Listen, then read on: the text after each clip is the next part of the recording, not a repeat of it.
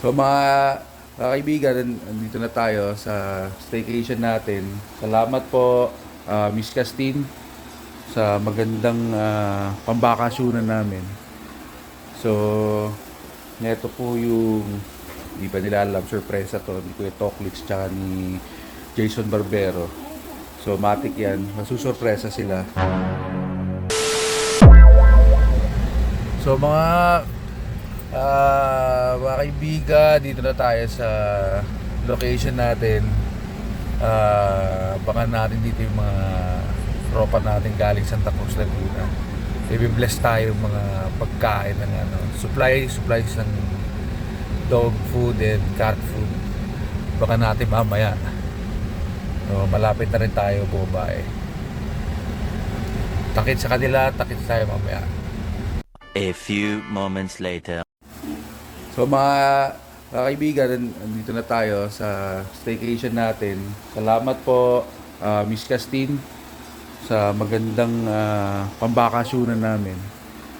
So, neto po yung, di ba nila alam, surprise to ni Kuya Toklits tsaka ni Jason Barbero. So, matik yan, masusurpresa sila. So, ito po yung amenities. Meron silang kusina, may ref, gandang kwarto. So, K-pop themed. Okay. Ate, kaway kayo. Salamat po sa inyong dalawa. Salamat. Wait lang. Tapos terrace. Alright. Mamaya to. Alright. Thank you. Mamaya tayo. One eternity later. Yun, so alam nyo na kung bakit hindi ako pwedeng maglagay ng original audio dito. Siyempre, di ba, hindi tayo pwedeng maglagay ng copyrighted music. Lalo na kung matagal.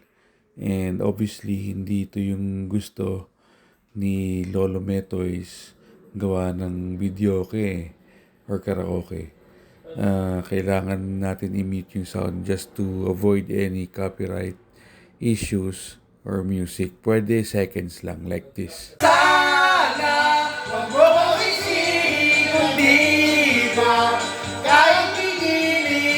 So, ganun lang dapat. Or baka nga madali pa ako eh. Pero let's see. I'll be taking a risk. At least seconds lang at alam niyo yung kanta.